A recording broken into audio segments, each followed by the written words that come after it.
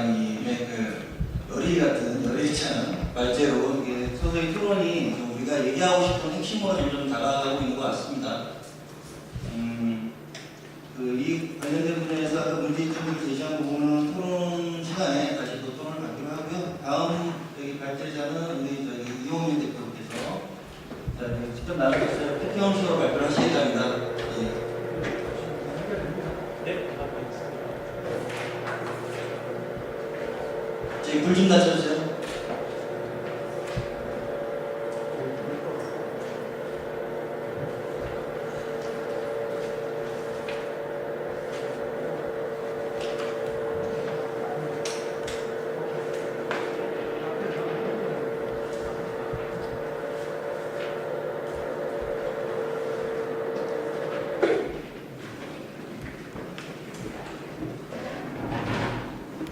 네, 안녕하십니까. 의전마을의 이용입니다. 자리가 이렇게 계속될지 모르고 조금 불편하시더니 이해를 좀 해주시고요. 시간 관계상 많이 전달해드릴 내용 준비를 많이 했지만 그래도 좀 핵심적인 내용과 전달해보자 하는 내용들 발제 중심으로 진행을 좀 하도록 하겠습니다. 일단 앞에서 발제를 하신 분께서는 언론이나 이런 쪽에 오리엔트가 많이 되신 분이고, 저는 미디어 산업 관련된 컨설팅 쪽에서 그 베이스가 있는 사람이기 때문에 아마도 바라보는 시각 자체가 좀 다를 수가 있을 것 같습니다. 하지만 이 자리가 다른 다양한 시각들도 같이 좀 논의가 돼서 같이 긍정적인 미래를 좀 예측하는 시간이기 때문에 아마도 또 다른 어떤 의제가 나오지 않을까 생각이 들고요. 그래서 좀 진행을 바로 하도록 하겠습니다. 그 온라인 10대 몰락 직종이라고 해서 물론 해외 사례이긴 하지만 찾아보니까요. 아마 2020년대까지 고용 하락의 직군 중에 하나가 신문기자가 들어갔다고 합니다. 왜 그런가라고 했더니 실제 이 신문기자의 직종 몰락 원인이 온라인과 새로운 형태의 미디어가 등장하기 때문에 신문기자라고 하는 직군 자체가 없어질 것이다 라는 얘기를 해주고 있습니다. 비선언적인 현실 개념이기 때문에 예측 불가능한 이슈이기는 하죠. 왜냐하면 우리들이 입장에서는 이런 직군이 없어질 수는 없어 라고 얘기를 하지만 굉장히 그 미디어의 패러다임이 빨리 진행되고 있는 현실에서는 아마 이런 어떤 그 얘기들이 나올 수도 있다. 근데 왜 이런 것들이 지금 주목이 될까라고 하는 것. 그것은 그 인터넷 매체, 온라인이라고 하는 그 매체 자체의 패러다임이 예측 불가능하게 움직이고 있기 때문에 그렇습니다. 제가 전달해드리고자 하는 대전제 하나는 우리가 생각하고 있는 네이버의 대형화, 포털, 그리고 우리가 어디서는 언론사의 디파인된 기본적인 개념 자체가 향후 10년, 20년 똑같은 이런 패러다임으로 갈 것인가? 그렇게 보기는 어렵다고 하는 거죠. 그래서 5년 전에 논의가 됐고 10년 전에 논의가 됐고 우리 계속적으로 그 리드타임으로 보여지고 있는 포털과의 우리의 관계가 그럼 5년 뒤도 동일하게 이러한 힘의 싸움으로 갈 것이냐? 그럼 그걸 위해서 우리가 지금 대안을 어떻게 가져가야 되는 것이냐라고 생각하고 덧붙여서 그럼 그때 가서는 만약에 이런 패러다임 변경이 됐을 때 그럼 우리는 무엇을 준비해야 되느냐 이것과 같이 합의가 되어야 미래 상상에 대한 어떤 방향이나 시각들이 필요하지 않을까 해서 올릴 거거든요. 제가 포털 사이트에서 어떤 검색어가 많이 올라가느냐 했더니 포털에서 포털 검색이 제일 많아요. 네이버에서 다음을 검색하고요. 다음에서 네이버를 검색하고 들어가는 거예요. 예. 근데 사람들이 인기 검색어는 1위, 2위, 3위가 보면 스크린을 하겠죠. 왜냐하면 네이버 1위 검색 순위, 실시간 검색 순위가 다음 보면 안 되잖아요. 그러니까 다음을 빼버리는 거죠. 당연히. 실제 보면 이렇습니다. 지금 온라인의 게이트웨이는 포털 네이버 맞습니다. 맞아요. 누구도 이거 부정할 수가 없는 거죠. 뉴스를 소비하는 거는 다 우리 포털로 들어갑니다. 네. 그래서 결국 제가 봤을 때 온라인 사용에 우리나라 같은 경우는 로그인 자체가 핵심 키가 되는 거고요. 예. 무의미심이 있겠죠. 그런데 주목하게 봐야 될 하나의 팩트는 뭐냐면 온라인 사용하는 사람들이 쏠림 현상이라는 게 있다는 겁니다. 그래서 계속적으로 한 번 썼으면 내년도 쓰게 되고 앞으로도 쓰게 된다는 얘기죠. 큰 저변이 없는 이상. 제가 얘기하는 건데 5년 뒤에 네이버가 흔들리거나 바닥칠 것 같지는 않아요. 이건 쏠림 현상 때문에 그렇겠죠. 하지만 과연 그런가? 이 습관적인 반응 때문에 그럼 우리는 그렇게 따라가야 된다고 생각을 하면 심각한 걱정이 된다는 얘기입니다. 케이스를 잠깐 하나 말씀드릴게요. 재미나게 좀 즐거워하실 것 같아서 케이스를 넣었는데요. 피곤하시고 나한테 오라고 해서 월드컵 경기 보시면 아시다시피 2014년도 독일이 우승했습니다. 예. 근데 독일의 대표팀에서 어떻게 요구를 했냐면 SAP라고 하는 독일에 있는 소프트웨어, 다시 말해서 오토모tive 관련된 분석회사에 우리 선수들에 대한 경기력에 대한 분석을 해주세요라고 했던 거예요. 가만히 월드컵 했었던 경기 간간히 영상을 보시면 선수들이 가슴 양쪽과 허벅지에 패치를 붙이고 나와요. 실시간으로 데이터를 내더닝을 합니다. 그걸 가지고 데이터를 점검을 해서 감독한테 실시간으로 쏴주는 겁니다. 독일이 물론 16강을 못 들면 아무 이슈가 없었겠지만 이겼어요. 그러니까 메타 분석과 컬 분석을 가지고 했다. 이런 얘기가 나오는 거예요. 이걸 보면서 내가 왜 우리는 포털 얘기하는 얘기가 왜 나오냐? 이게 파라독스라고 하는 거죠. 얼마나 시대의 변화상에 어떻게 적용되냐에 따라서 환영하고 열광하고 따라가고 그에 대해서 맞다라고 이해를 한다는 얘기죠. 그게 과거에는 텀이 길었는데 지금은 어트멈이 아니라 굉장히 탑단식으로 빨리빨리 진행, 편안하게 진행한다는 거예요. 빅데이터 개념에서 아까는 그냥 포털이라는 개념을 말씀드렸는데 저는 빅데이터라고 하는 큰 개념에서 포털은 뭐냐? 하나의 툴일 뿐이에요. 네이버는 빅데이터 안에서 그냥 하나의 툴일 뿐이지 네이버 자체로서의 파워십이 있는가? 그렇게 생각하지는 않거든요. 다만 우리나라에 5천만이 넘는 사람들이 인터넷 이용자 3,500만. 그중에 네이버 이용자들이 많기 때문에 중심적이고 핵심이다라고 볼 수는 있을지언정 큰 인터넷 거대 세계에서는 그냥 네이버는 하나의 게이트웨이 중에 하나의 툴일 뿐이고. 그래서 그냥 이 네이버 자체, 포털 자체는 그냥 하나의 툴이고 너드를 연결하는 하나의 커넥터 역할밖에 안 된다는 겁니다. 그 네이버 자체가 네이버 전단적으로 참 좋았을 것 같아요. 작년 컨퍼런스 동일한 얘기를 했었거든요, 제가. 네이버가 우리가 그러면 2점 갖고 있고 우위를 갖고 있다라고 얘기를 하는가? 그렇게 생각하면 안 된다. 네이버의 답변은 뭐냐면 딱 하나밖에 없습니다. 우리는 그렇게 생각한 적 없습니다. 우리는 사업자입니다. 온라인 사업자이기 때문에 사업을 열심히 하고 뿐입니다라는 답변밖에 못 해주는 거거든요. 담당자 결국 저희가 정의로워야 되나요? 우리가 비용인허 단체가 되어야 되나? 이렇게 얘기를 하거든요. 아니, 너도 수익을 가져가야지. 그 말은 맞아. 하지만 공정해야 되지 않니? 제가 드리는 게 이거예요. 포탈은 연결하는 커넥터의 역할만 충실히 하는데, 그럼 너희들이 그러면 우리가 여러 가지 다양한 우리의 언론사들의 많은 기사들을 당신들이 선점해서 스크리닝할 권리는 없어 라고 하는 거죠. 그거에 대한 스크리닝이나 이런 권리를 누가 갖고 있는가? 고객들, 독자가 갖고 있다라고 하는 거를 그래도 확인을 하고 있지만, 다만 어떤 경쟁 의상에서 선점 또는 어떤 리딩, 협상의 리딩을 위해서 네이버가 어쨌든 정책이 그대로 굳어졌다라고 하는 게 안타까운 상황인데요. 결국에는 그러면 네이버가 다음이라는 인물들이 커넥터 역할이 이게 뭐야? 없습니다. 단지 그것밖에 없어요. 네이버도 알고 있습니다. 포털업체 미래 전략이 뭐냐? 다음 제가 봐봤거든요. 왜 상생나라니까. 네이버 같은 경우는 대놓고 얘기하면 얘네들은 이제 그 PC에 있는 그 포털 사이트에 대해서 오리엔트하지 않습니다. 왜냐하면 한국에 있는 네이버 코리아는 가입자 수가 수천만 명 정도밖에 안 되지만 네이버 라인은 5억 명이 넘었습니다. 네이버 기업 입장에서도 이제는 라인 쪽으로부터 무게중심이 쏠리지 포털에 대한 중심에 대한 생각들 많이 못할 수가 있어요. 실제로 보면 그렇습니다. 그 다음에 다음하고 카카오가 합병이 되지 않겠습니까? 이게 뭐냐면 이쪽도 미래성장의 모멘텀이라는 주제 때문에 위기의식에서 같이 합병했다라는 얘기가 이유서 합병이 된 거고요. 근데 재미난 거는 이렇게 또 예측들 하고 있어요. 모바일에서 제한된 PC 포털의 이용 경로 오전성이 있고 킬러 컨텐츠가 카카오톡 부족하잖아요. 컨텐츠를 보완하는 다음하고 같이 했다는 얘기가 나왔는데 가만히 한번 보시겠습니까? 그러니까 지금 녹화 눌렀어요?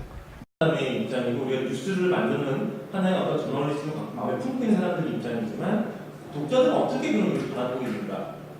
전혀 다르게 해석하고 있다는 거예요. 첫 번째, 포털에 왜 노출이 많이 되는 게 중요한 게 아니라 소비자들은 소비할 시간이 없다는 거예요. 그 사이트에 들어가서 몇 초가 안 되는 거가 왜 되게 되냐면 우리들이 소비한 독자들이 꼼꼼하게 뉴스를 읽고 싶다라고 하면 네이버를 최적으로 만들어냈겠죠. 네이버가 왜 이렇게 그냥 스크린팅에 빨리 이렇게 제안하고 큐레이션을 막 제공해주는 그런 플랫폼을 만들었는데 독자들이 그렇게 원해서 시간이 없거든요. 왜냐면 하루 24시간밖에 안 돼요. 일주일에 168시간이거든요. 얘네들 다른 거 하면 바빠요. 우리들이 그냥 신문을 열심히 뉴스를 소비하는 것, 그들은 그냥 소비가 한정된 소비라는 거죠. 그래서 기존에 있는 이 사람들의 시간을 뺏지 않고서는 우리의 콘텐츠를 그 사람들에게 전달하는 데 있어서 우리의 희생양이 필요하다는 겁니다. 그 사람들의 엔터테인먼트를 좀 덜 보게 한다든가, TV를 좀 덜 보게 한다든가, 이런 시간을 우리 독자들이 조금 더 우리 기사나 신문을 많이 보게끔 우리가 어떻게 접근해야 될까, 이런 고민이 필요하다는 얘기고, 두 번째는 새로운 것에 대한 쉬운 거부거든요. 예를 들면 뉴스를 바라보는 관점, 뉴스는 독자에게 무엇인가라고 하는 뒤에서 말씀을 드리겠지만 시대적 개성도 필요합니다. 뉴스는 데이터인가? 뉴스는 인포메이션인가? 독자들은 이제 데이터와 인포메이션이 아니라 자기를 시장하는 또 하나의 백데이터로 활용하고 있다는 겁니다. 그래서 기자가 누구지, 기사가 누구지 중요하지 않고 이런 이미지가 나와 이미지가 연관이 돼. 이거는 좀 사회적 이슈니까 내가 링크를 시키면 나에게 밸류에이션이 좀 올라갈 것 같아 라고 뉴스를 소비하기 시작한다는 얘기죠. 네이버나 그래서 카카오톡이라는 그 메신저 기반의 모바일 어플리케이션도 이제 슬슬 뉴스를 콘텐츠 넣지 않습니까? 왜냐하면 독자들이 그런 걸 활용하기 때문에 자기네들이 이런 쪽에 이런 다른 플랫폼에서 접근하겠다는 정책적으로 나오고 있다는 겁니다. 쉽고 단순하게 보이는 단순함, 보이지 않는 기능성이라고 말씀드렸는데 시간상 딱 하나 말씀드리면 큐레이션 소비라고 하는 큐레이션 컨슘이라고 하는 것이 등장하고 있습니다.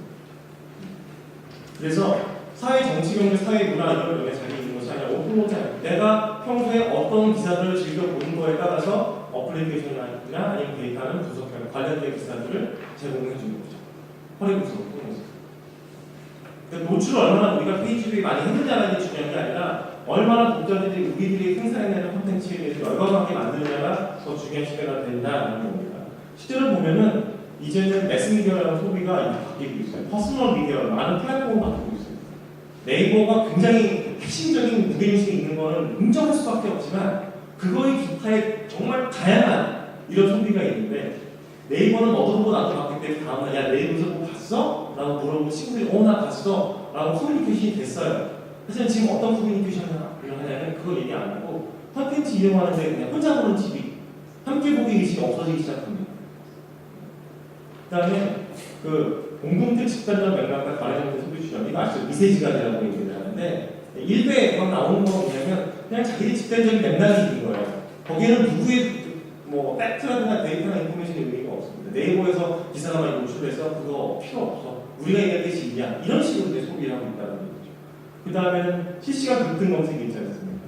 그런 걸 찾아 들어간다는 얘기예요. 물론 여기서의 하나의 패러다임은 뭐냐면 실시간 검색어 때문에 우리 기사가 노출되는 것 그리고 기사 노출에 대해서 네이버는 기사의 원문이 원래의 기사의 언론사가 노출되어 있는 것이 아니라 자기 링크되거나 블로그가 노출되게 만드는 그러한 것들이 문제가 되는 거죠.